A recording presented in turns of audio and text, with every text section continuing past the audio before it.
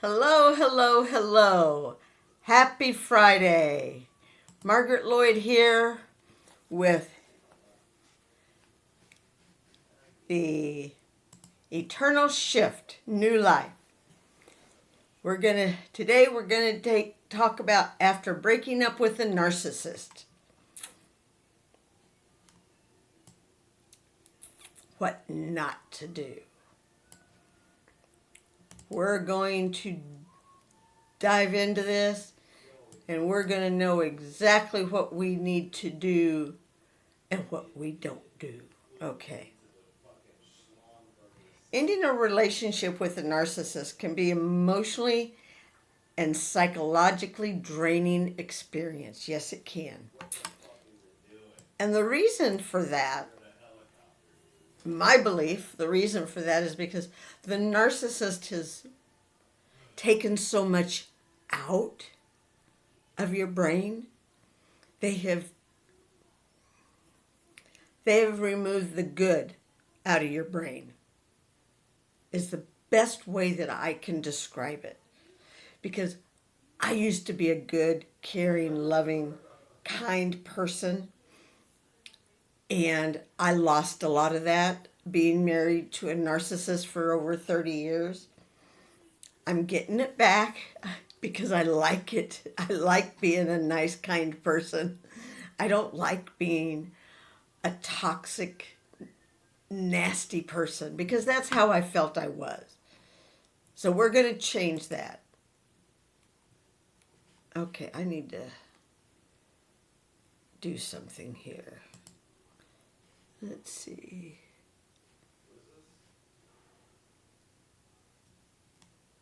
This is I don't want keyboard, I want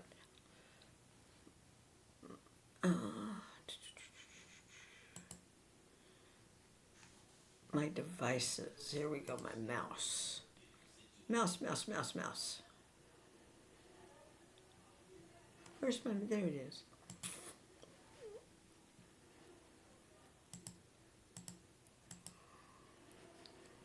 Let's see if that does better. Need to slow it a little bit more. That's better.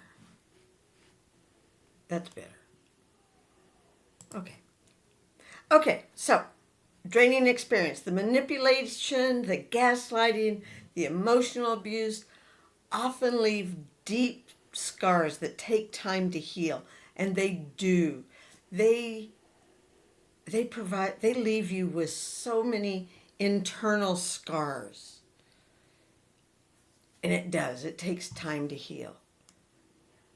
It's crucial to understand that the aftermath of such a breakup requires careful navigation to ensure a healthier recovery. Because not only is it the recovery of your brain, but your body. Your body takes in so much of that toxicity. Right now, I'm needing to see a gastroenterologist because just about every day I'll eat breakfast and it comes up. And I can't have that.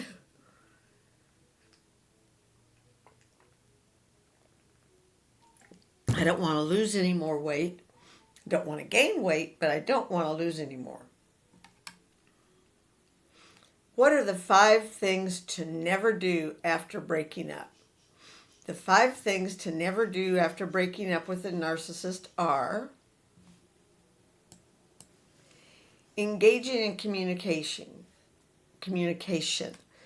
stalking their social media, isolating yourself, rushing into a new relationship, and neglecting professional help. Key takeaways.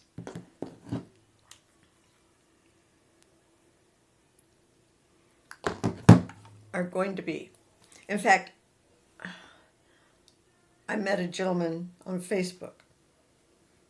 He seemed like a nice guy. Okay, we can chat, talk. But it's like, what is it with these guys? Within 24 hours of meeting online, They're in love with you. They're talking about moving you down wherever they are. I'm not. Friends, fine. I will be friends. But I am not looking for a relationship. And they don't get it. I'm 71 years old. That was my third marriage. Why the hell, at this age, would they think I will want another one? I don't. I'm sorry. Life has just been... Yes. Are you over here? Yes. Are you doing anything? Okay, sorry about that. Sometimes things happen. So, key takeaways. Go no contact and avoid all communication with the narcissistic ex-partner. Avoid stalking or monitoring their social media activities. Thank God he doesn't have any. Stay socially engaged, connected with your support system. Take time to heal before rushing into a new relationship. Like I said, I am in no way ready for a new relationship. I know a lot of people would be, but I'm just not. It was such a traumatic 30 to 40 years that it's just going to take me time to decide if I ever want to have an intimate relationship with a man or woman or anybody. Right now, I'm working on myself. Seek professional help, which I am, such as therapy or counseling for emotional recovery, which is what I'm doing. So, navigating post-narcissist breakup, avoiding common mistakes. When you break free from a narcissist, the immediate aftermath can be overwhelming. Absolutely. The emotional turmoil can cloud your judgment, making it easy to fall into traps that hinder your recovery. This is why it's essential to be aware of the common mistakes people make after ending a relationship with a narcissist. By avoiding these pitfalls, you can pave the way for a more stable and fulfilling future. In this article that I'm reading, we will delve into the 5 key mistakes to avoid after breaking up with a narcissist. Understanding these missteps will help you set boundaries, regain your self-esteem, and move forward with confidence. And this is absolutely true. I've been working on this 2 years, really diligently working on it, and on the getting myself back, I'd say 6 months, and I'm feeling more like the me before I met him. But I know there's still a lot of him still in there, but it's getting ready to leave. Continue reading to know more on the 5 things to never do after breaking with a narcissist. Mistake number 1, engaging in communication. I did that at the beginning. I kept communicating with him.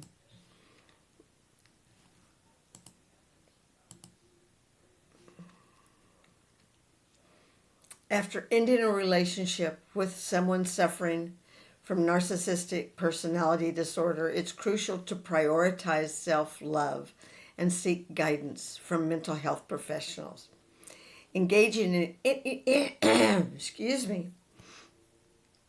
any form of communication can hinder your recovery process, as narcissists are skilled at using manipulative tactics to keep you emotionally entangled.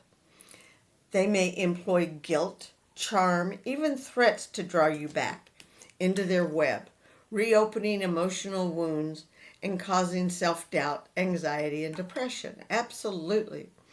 It's essential to practice self-compassion. Definitely. You have to have compassion for yourself. Because this person that was supposed to love you obviously never did.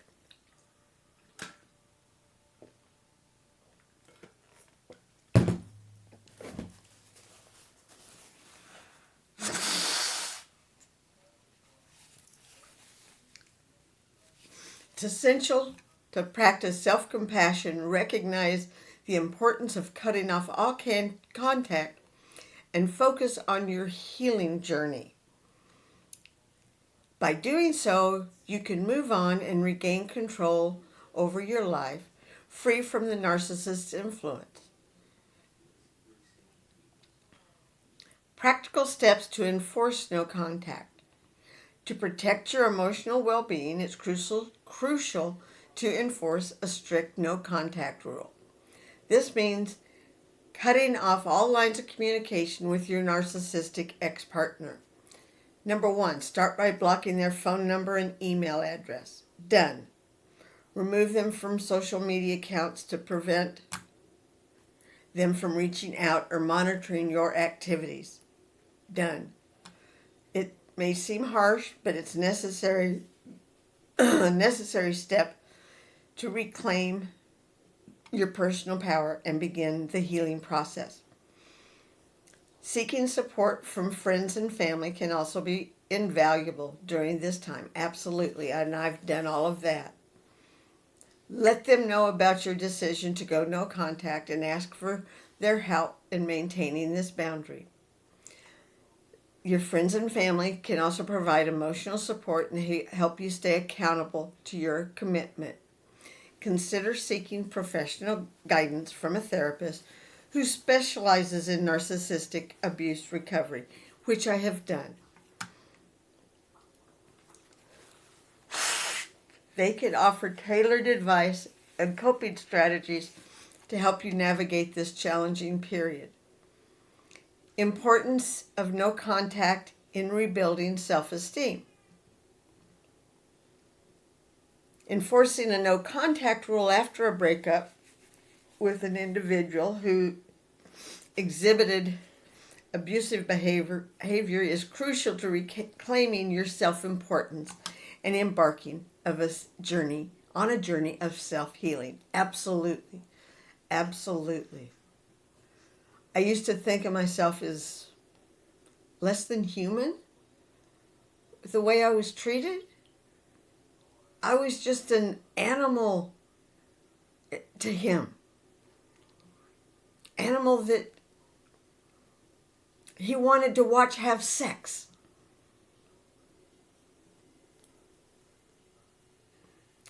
It's not merely about avoiding the person. It's about creating the necessary space to reflect on the unhealthy dynamics that plagued the relationship and understand what led to its demise. Each day without contact allows you to rebuild your self-esteem, seek support from loved ones, and regain a sense of normalcy, free from the toxicity that once consumed you. And oh, did it consume me. Remember, seeking revenge or harboring bitterness will only hinder your progress. Instead, focus on cultivating the strength and wisdom to pursue healthy relationships in the future.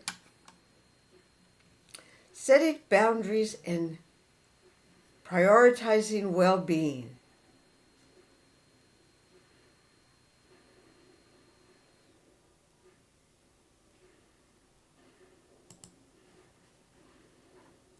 Reclaiming your personal power involves setting boundaries and prioritizing your well-being. By cutting off communication, you send a clear message to yourself and the narcissist that you are no longer willing to be manipulated or controlled. This act of self-assertion is a crucial step in the healing process. I have written a separate guide on setting strong boundaries with the narcissist here. Let's see, how to set boundaries with a narcissist.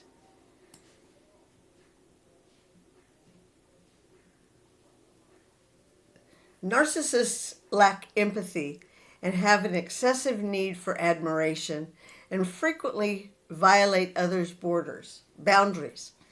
Setting and enforcing firm boundaries is crucial for protecting your emotional well-being around narcissists. Identify your boundaries, communicate them assertively, be consistent, prioritize self-care. Expect resistance and manipulation from the narcissist, but remain steadfast in upholding your boundaries. Seek professional help or support networks if needed.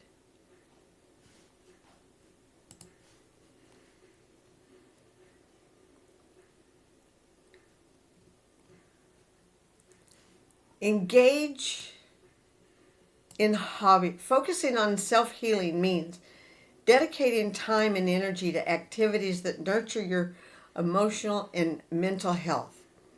Engage in hobbies, exercise, and spend time with loved ones who uplift and support you.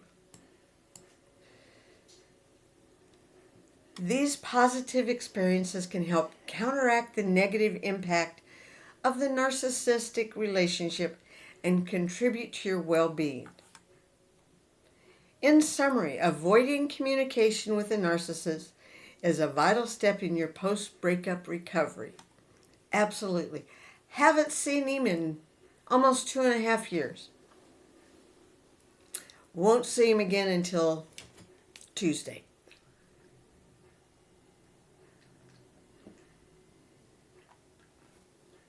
Wednesday. My bad. Wednesday.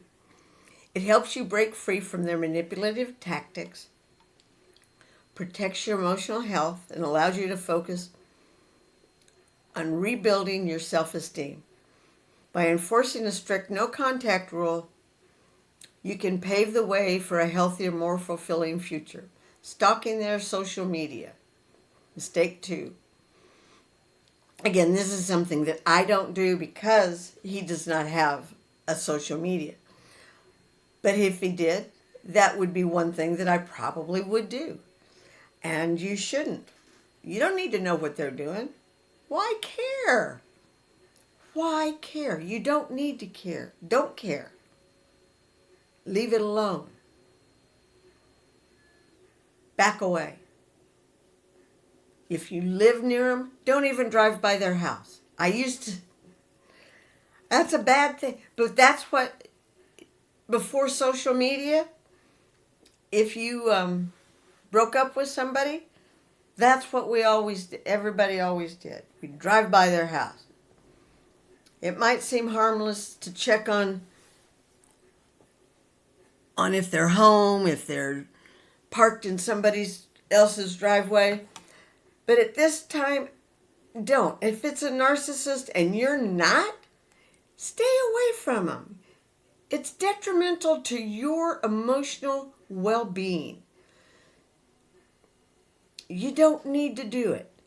Just stay away. It's a negative thing to do. You need to be searching for positive things to do, not negative. So we need to get out of negativity. So let's see.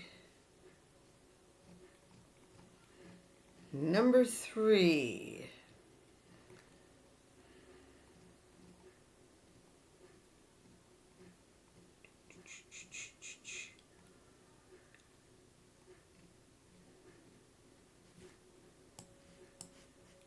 Isolating yourself. Absolutely. Because that's what they did to you. They isolated you from your friends, your family. Don't do it to yourself. When you end a relationship with a narcissist, you need to go out and find positive influences to talk with, to deal with. It can include family members. It can include your doctors, lawyers, counselors. But make sure it's positive. But don't isolate yourself. Social isolation can significantly increase the risk of depression, anxiety. And we don't need that any more than we need to jump to the moon. When you cut yourself off from your support network, you lose the emotional and practical assistance that friends and family can provide. The loss of supportive social networks can exacerbate feelings of loneliness and despair. Without the encouragement and understanding of loved ones, you may find it challenging to maintain a positive outlook. And I did at the beginning because I was stuck in Texas away from friends and family. This isolation can create a vicious cycle where negative emotions feed off each other, leading to a deeper emotional rut.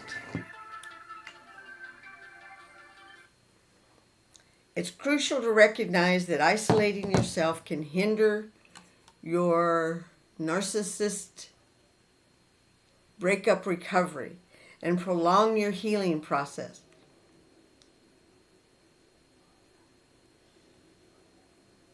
Recommendations for staying socially active. To counteract the dangers of social isolation, it's essential to stay socially active. And that's by doing this is how I stay socially active. I talk to you folks. I hope it's a help to you folks out there. That's why I do this in hopes of helping someone else and prevent someone else from going through what I've gone through. Reconnecting with friends and family is a vital first step. Reach out to those who have always been there for you and let them know what you're going through. Well, I did with one of my closest friends, and she's ghosted me. She doesn't want to have much to do with me, so that's her support, or lack thereof. Real supportive friend, right? But I have found others, and I am working with a club. I have a support group, a club that I have lunch with once every other month, and that's been helpful with my recovery. I participate in their activities.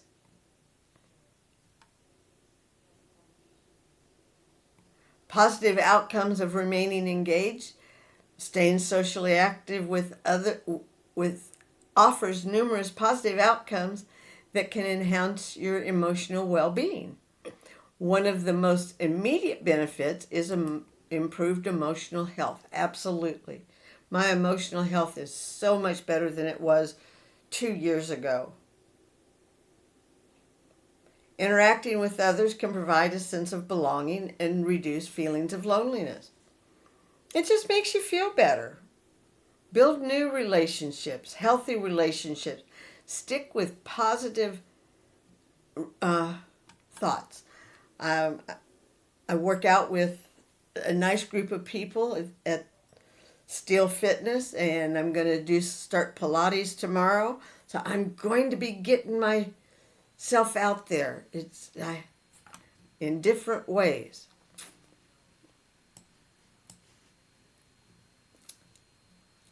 Mistake number 4, rushing into a new relationship. Yeah, that's not good to do.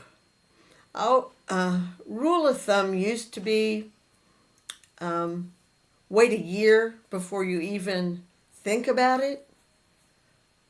But hell, it's been 2.5 years and I ain't even thinking about it.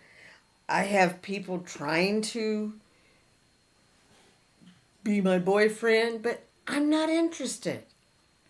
Not at all interested in meeting up with another person to have that type of a relationship. I don't need it. I was married 3 times. The last one was so traumatic. I couldn't jump into another relationship if my life depended on it. I'm just not interested. I need to grow myself. I'm looking for the new me. I don't want the old me before meeting Martin, because that me was too trustworthy. I need to find a me in between, one that's trustworthy and one that's skeptical. I need to find me in the middle. I want to be a trusting skeptic. How's that? I love positivity. I love helping people. I love taking care of people, animals, but I don't need a relationship. I don't need something to cloud my mind. I need my mind clear, and I don't need it muddled with, oh, I love you, you're so sweet. I don't need all that. I lived that for 40 years. I'm not saying there's anything wrong with it, but right now, it's not for me. I need to find me. I lost me in the last 40 years. I need to find me. And it's not been easy, but I know I can do it. I know I can do it with your help. Y'all have been a big help to me by listening to me, by giving me comments. I love your comments. If you have any comments about what I'm doing, about what I'm saying, please feel free to leave me comments. I may not react to them all, but I read them all.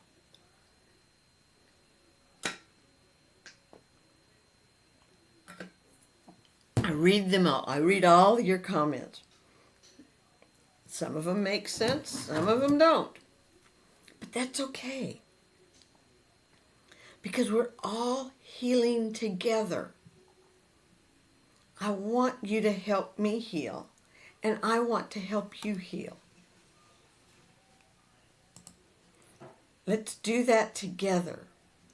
Tomorrow we're going to talk about setting boundaries with a narcissist. Personally, my thoughts are, I'm going to watch out for narcissists, but when I see one, I'm going to steer clear of them. Because I don't need to be bullied. I don't need to be tricked. I just need to be me. And I will be me. I will.